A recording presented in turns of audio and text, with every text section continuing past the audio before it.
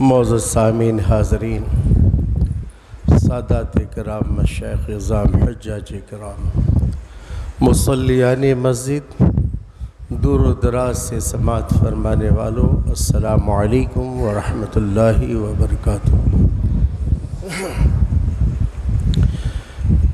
نحمدہ ونصلی علی رسولہ الکریم، اما بعد، قال اللہ تعالی فی القرآن العظیم والفرقان الحمید، اعوذ باللہ من الشیطان الرجیم، بسم اللہ الرحمن الرحیم،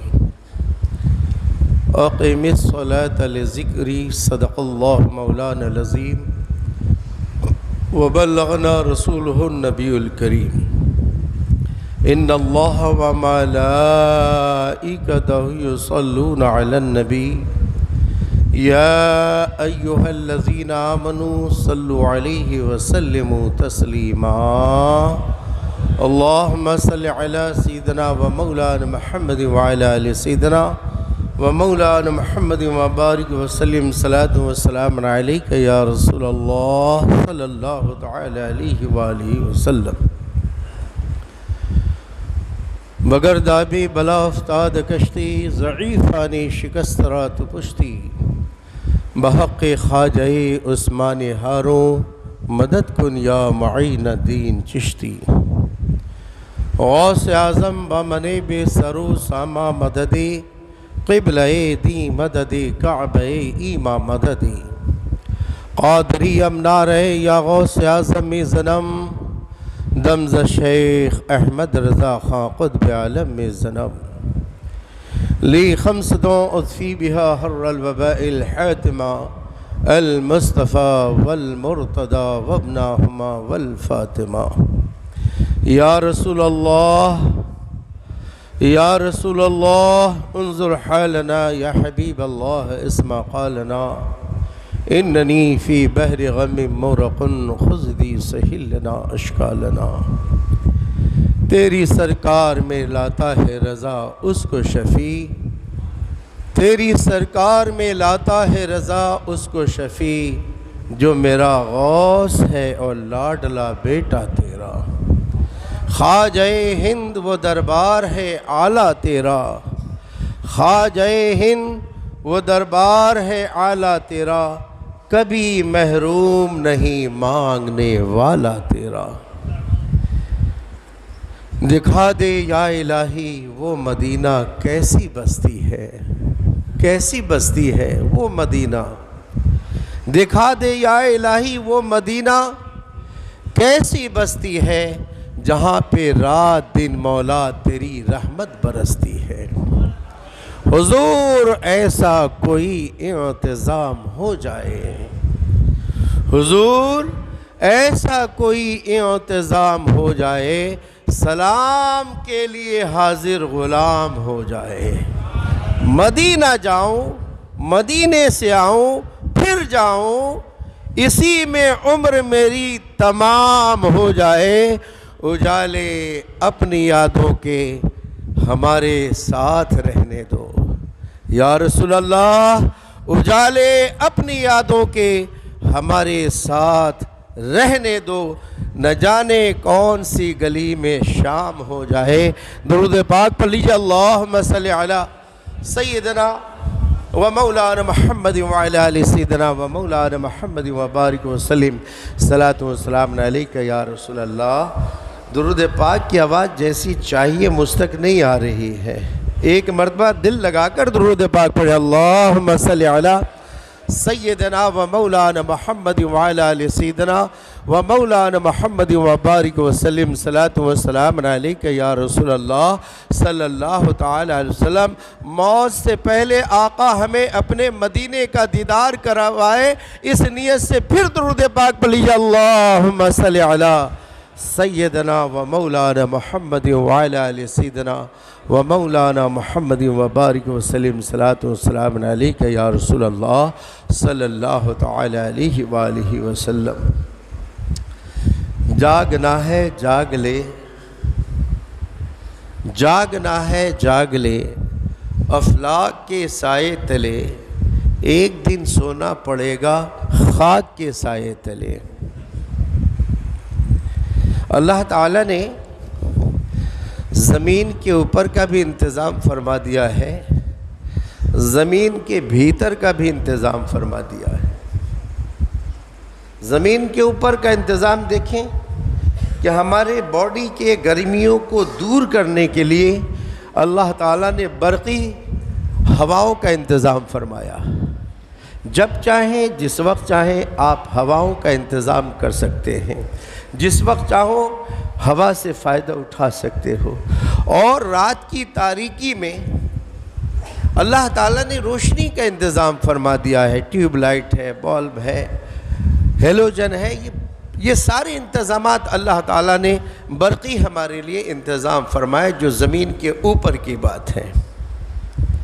اب اگر یہی فائدہ زمین کے بھیتر لینا چاہتے ہیں کہ جس طریقے سے زمین کے اوپر ہمیں اپنی مرضی سے ہوا مل رہی ہے، اپنی مرضی سے ہمیں روشنی مل رہی ہے، اپنی مرضی سے ہمیں غذا مل رہی ہے، اپنی مرضی سے ہمیں پیاس بجھانے کے لیے پانی مل رہا ہے، اچھی لائف، اچھی زندگی، سندرتا جیون مل رہا ہے، یہ جیون کا سندرتا، یہ اچھی لائف، یہ حیات طیبہ جو ہمیں زمین کے اوپر نصیب ہے، زمین کے نیچے بھی اس کا انتظام رہے، تو اللہ تعالیٰ نے یہ ذمہ داری آپ کی ڈالی ہے۔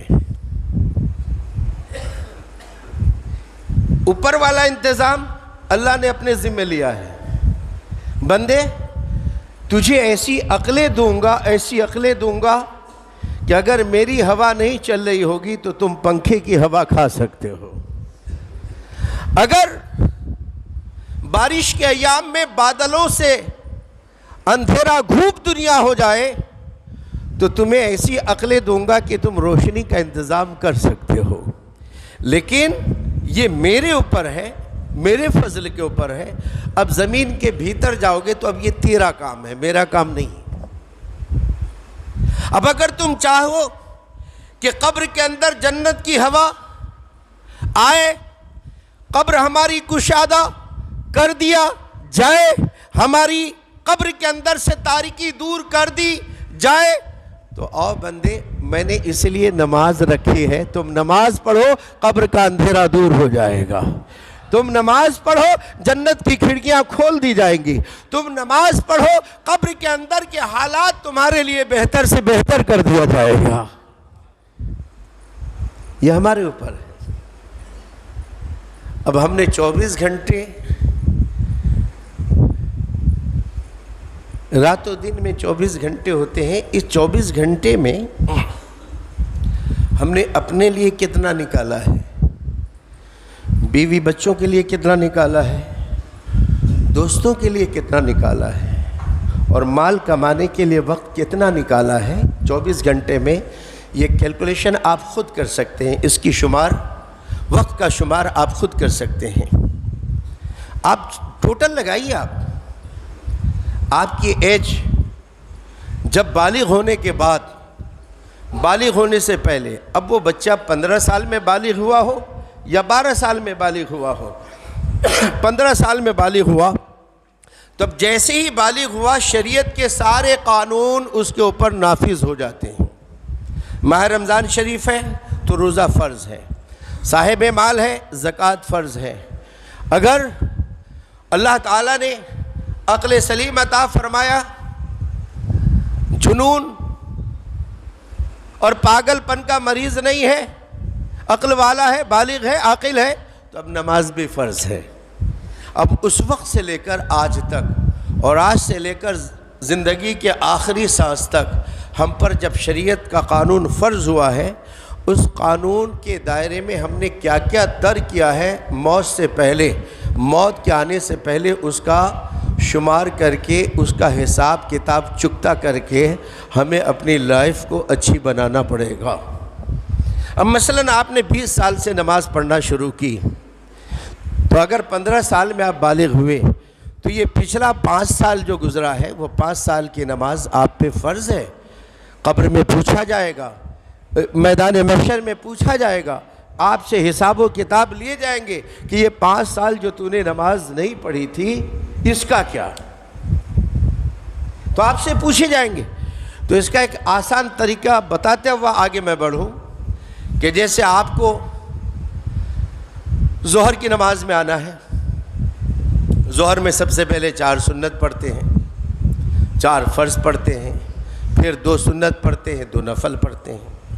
عصر میں آتے ہیں تو 8 رکعت آپ پر آتی ہے، 4 سنت ہے، 4 فرض ہے۔ مغرب میں آتے ہیں تو 7 رکعت آتی ہے، 3 فرض ہے، 2 سنت ہے، 2 نفل ہے۔ عشاء میں آتے ہیں تو عشاء کی کتنی رکعت ہوتی ہے بھائی؟ 17۔ اچھا 17 پڑھتے ہیں صحیح میں، ماشاءاللہ۔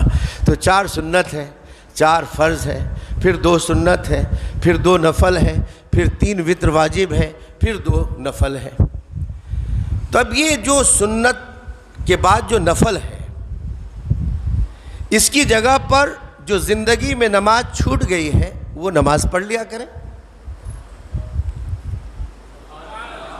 وہ نماز پڑھ لیا کریں آپ۔ اب ظہر کے بعد 2 رکعت سنت کے بعد جو 2 رکعت نفل ہے مت پڑھیے، اس کی جگہ کوئی فرض پڑھ لیجئے، کیونکہ میدان محشر میں نفل کا شمار نہیں ہے، نفل نہیں پوچھا جائے گا، فرض پوچھا جائے گا، فرض پوچھا جائے گا کہ تو نے ظہر کیوں نہیں پڑھی، عصر کیوں نہیں پڑھی، مغرب کیوں نہیں پڑھی، عشاء کیوں نہیں پڑھی، فجر کیوں نہیں پڑھی۔ اور اللہ تعالیٰ کے انتظام تو دیکھیے۔ ابھی میں مشکات شریف کا مطالعہ کر رہا تھا تو مشکات شریف میں ایک حدیث پاک آئی کہ میرے آقا صلی اللہ علیہ وسلم نے ارشاد فرمایا کہ جو فجر اور عصر ریگولر پڑھتا ہے، قضا نہیں ہونے دیتا ہے، تو وہ دوزخ میں نہیں جائے گا۔ اب اس کا ریزن کیا ہے؟ تو تفسیر کے جو محدث ہیں مرۃ المناجی میں حضرت علامہ مفتی احمد یار خان نعیمی رحمۃ اللہ علیہ ارشاد فرماتے ہیں کہ اس کی وجہ یہ ہے کہ کیس کب جیتا جاتا ہے؟ جب گواہ مضبوط ہو۔ کچھ بولو۔ اگر گواہ پلپلا ہو، گواہ بھلکر ہو، تو آپ سچ پر ہوتے ہوئے بھی کیس ہار جائیں گے، رائٹ؟ تو اب علامہ مفتی احمد یار خان نعیمی رحمۃ اللہ علیہ مرۃ المناجی مشکات المشافی کی شرح ہے، اس میں ارشاد فرماتے ہیں کہ وجہ یہ ہے میرے آقا علیہ الصلاۃ والتسلیم کے بیان اور یہ فضائل اور اس کی تاکید کی وجہ یہ ہے کہ فجر کی نماز کے وقت فرشتے آتے ہیں۔ بولو۔ اب جو فرشتے فجر کی نماز کے وقت آسمان سے نیچے اترتے ہیں، اب وہ دوسرے دن عصر کے وقت جائیں گے۔ اب جو دوسرے دن عصر کے وقت نیچے اترے ہیں، دوسرے دن جیسے آج جو عصر کے وقت نیچے اترے ہیں، اب وہ کل فجر کے وقت اوپر جائیں گے۔ اسی طریقے سے قیامت تک فرشتے ہم انسانوں کے بیچ آتے رہیں گے۔ اب اللہ تعالیٰ ارشاد فرماتا ہے آنے والے فرشتے سے جو فجر کے بعد اوپر چڑھتے ہیں، عصر کے بعد اوپر چڑھتے ہیں، تو فرشتے سے پوچھتا ہے، حالانکہ اللہ جانتا ہے، اس کے بعد پوچھتا ہے، اے میرے فرشتے یہ بتا جب تم دنیا میں گئے تھے تو میرے بندے کیا کر رہے تھے؟ جیسی آواز چاہیے ویسے مل نہیں رہی ہے، اور زور سے بولو سبحان اللہ۔ میرے بندے اس وقت کیا کر رہے تھے جب تم زمین پر گئے تھے؟ تو فجر والے فرشتے کہتے میرے مولا جب میں زمین پر گیا تو تیرے بندے مسجدوں میں اپنے گھروں میں مصلی بچھا کر عبادت کر رہے تھے۔ ایک گواہی مل گئی، اور یہ فرشتے کی گواہی انسان کی نہیں ہے جو دال وڑا کھلا کے بدلا دے، 200-400 میں جو ہے ادھر ادھر کروا دے، یہ فرشتے کی گواہی ہے، اور یہ فرشتے اللہ کے محبوب بندے ہیں۔ اب فرشتے یہ گواہی دیتے ہیں کہ مولا جب میں فجر کے وقت گیا تو تیرے بندے تیری بندیاں اپنے اپنے گھروں میں، اور تیرے بندے اپنی اپنی جگہوں پر، یہاں تک کہ مسجدوں میں تیری عبادت کے لیے جمع تھے اور تیری عبادت کر رہے تھے۔ یہ گواہی مل گئی۔ اب عصر والے جب فرشتے اوپر جاتے ہیں اللہ تعالیٰ ارشاد فرماتا ہے میرے بندے یہ بتا اے میرے فرشتوں جب تم دنیا میں گئے تھے تو میرے بندے میں کیا پایا؟ وہ فرشتے عرض کرتے مولا جب میں دنیا میں گیا تو دیکھا کہ الحمدللہ تیرے بندے نمازوں کی تیاریاں کر رہے تھے، اور جیسے اذان ہوئی تیرے وہ بندے جو مسجد تک جانے کے قادر تھے وہ مسجد میں گئے، اور جو مسجد میں جانے سے معذور تھے وہ اپنی اپنی جگہوں پر تیری عبادت کر رہے تھے۔ اب اللہ تعالیٰ کا ججمنٹ فیصلہ ہوتا ہے، میرے فرشتے گواہ ہو جاؤ، جن جن کے لیے تو نے گواہی دی ان تمام کو میں نے جہنم سے آزاد کر دیا ہے۔ اس لیے میرے آقا فرماتے ہیں کہ اللہ تعالیٰ ان نمازیوں کو جو فجر اور عصر کی نماز تاکیداً اہتمام کے ساتھ پڑھتے ہیں اس کو دوزخ سے محفوظ رکھے گا۔ اور ایک اور دیکھ لیجئے، شاید اس سے پہلے 4-6 مہینہ پہلے آپ نے سماعت فرمایا تھا لیکن بات آ گئی تو میں پھر ریپیٹ کر رہا ہوں۔ 2 نماز جو ہے مومن پہ کبھی بھاری نہیں ہوگا، 2 نماز، اور منافق کے لیے کبھی ہلکا نہیں ہوگا، 2 نماز۔ وہ 2 نماز کیا ہے؟ عشاء اور فجر۔ میرے آقا علیہ الصلوۃ والتسلیم ارشاد فرماتے ہیں کہ عشاء کی نماز اور فجر کی نماز یہ منافقوں پر بہت بھاری ہے، اور اگر پڑھنے آ بھی گئے تو سستیوں میں ڈوب کر آئیں گے، کبھی بگاسا لے رہے ہیں، کبھی کھجلیاں کھا رہے ہیں، کبھی داڑھیوں سے کھیل رہے ہیں، کبھی ٹوپیوں سے کھیل رہے ہیں، کبھی پیچھے کے کرتوں سے کھیل رہے ہیں، کبھی پیجامے سے کھیل رہے ہیں، یعنی سستیوں کا سمندر ہے وہ۔ منافقوں کے لیے یہ نماز بہت بھاری ہے۔ کون؟ نماز عشاء اور نماز فجر۔ اور جو لوگ عشاء اور فجر کی نماز کا اہتمام نہیں کرتے اللہ ان کو منافقوں کے ساتھ اٹھائے گا کہ یہ معاذ اللہ، بولیے تو معاذ اللہ، اے اللہ اپنے پیارے محبوب کے صدقے و طفیل میں نماز فجر اور عشاء کا اہتمام کرنے کی توفیق عطا فرما۔ تو میرے آقا نے فرمایا کہ یہ منافقوں کے لیے بہت بڑا بوجھ ہے یہ نماز عشاء اور نماز فجر۔ تو اب یہ معاملہ تو اپنے سے تعلق رکھتا ہے، اب آپ اپنے دامن میں دیکھیے آپ عشاء پڑھتے ہیں کہ نہیں، فجر پڑھتے ہیں کہ نہیں۔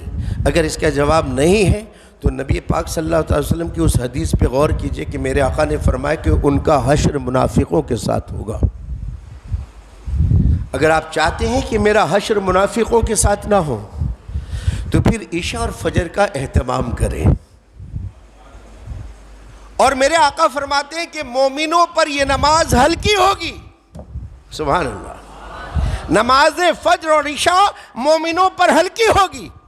اور سرکار سیدنا عثمان ذی النورین داماد مصطفیٰ صلی اللہ تعالی وسلم وہ ایسے خلیفہ کہ میرے آقا نے حضرت رقیہ رضی اللہ تعالی عنہ کے انتقال کے وقت میرے نبی کی شہزادی ہیں، بدر سے ابھی آپ واپس لوٹے بھی نہیں ہیں کہ راستے میں خبر ملی کہ حضرت رقیہ رضی اللہ تعالی عنہ کا انتقال ہو گیا ہے۔ حضرت عثمان رضی اللہ تعالی عنہ بہت غمگین ہوئے، چونکہ دنیا میں کوئی ایسا پیغمبر کا داماد نہیں گزرا ہے، کوئی ایسا پیغمبر کا داماد نہیں گزرا ہے جس کے نکاح میں نبی کی 2 بیٹیاں آئی ہو۔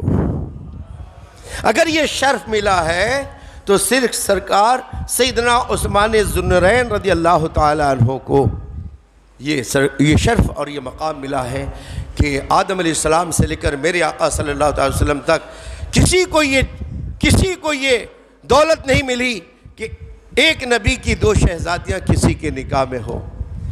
یہ میرے سرکار عثمان ذی النورین رضی اللہ تعالیٰ عنہ کی قسمت۔ اور میرے آقا نے ارشاد فرمایا اگر میری 100 بیٹیاں ہوتی اور انتقال کرتی جاتی تو میں 100 کی 100 بیٹیوں کو عثمان غنی کے نکاح میں دیتا تھا۔ بہت بخیل ہے، زور سے بولو سبحان اللہ، اور زور سے بولو سبحان اللہ۔ ماشاءاللہ یہ عثمان غنی رضی اللہ تعالیٰ عنہ. آپ ارشاد فرماتے کہ میرے آقا رحمت عالم جان عالم صلی اللہ تعالیٰ وسلم نے ارشاد فرمایا کہ جو عشاء کی نماز جماعت کے ساتھ پڑھتا ہے، جماعت کے ساتھ پڑھتا ہے، تو اللہ اس کو آدھی رات عبادت کا ثواب عطا فرماتا ہے. اور سرکار سیدنا عثمان ذی النورین رضی اللہ تعالیٰ عنہ ارشاد فرماتے ہیں کہ جو فجر کی نماز جماعت کے ساتھ پڑھتا ہے، اللہ تعالیٰ اس کو پوری رات عبادت کرنے کا ثواب عطا فرماتا ہے. تو یہ منافقوں کے لیے بھاری ہے، عاشقوں کے لیے بھاری نہیں ہے. اللہ تعالی ہم سب کو نماز کی توفیق عطا فرمائے اور نماز کی پابندی کرنے کی توفیق عطا فرمائے اور مسجد سے محبت کرنے کی توفیق عطا فرمائے. میرے آقا نے ارشاد فرمایا، حدیث پاک کا مفہوم ہے کہ دنیا میں سب سے بری جگہ ہے، سب سے بری جو جگہ ہے اس کو بازار کہتے ہیں. دنیا میں سب سے بری جگہ جو ہے اس کو بازار کہتے ہیں، اور دنیا میں جو سب سے اچھی جگہ ہے اسے مسجد کہتے ہیں. اور جو لوگ مسجد میں نماز پڑھتے ہیں، کل قیامت کے دن مسجدیں گواہی دیں گی کہ میرے مولا اس نے تیرے گھر میں عبادت کی ہے، لہٰذا میری شفاعت کو اس کے حق میں قبول فرما. مسجد کی شفاعت کی وجہ سے اس بندے کو اللہ تعالیٰ جنت عطا فرمائے گا. اس لیے مسجد سے محبت کریں. وآخر دعوانا ان الحمدللہ رب العالمین. السلام علیکم ورحمۃ اللہ وبرکاتہ.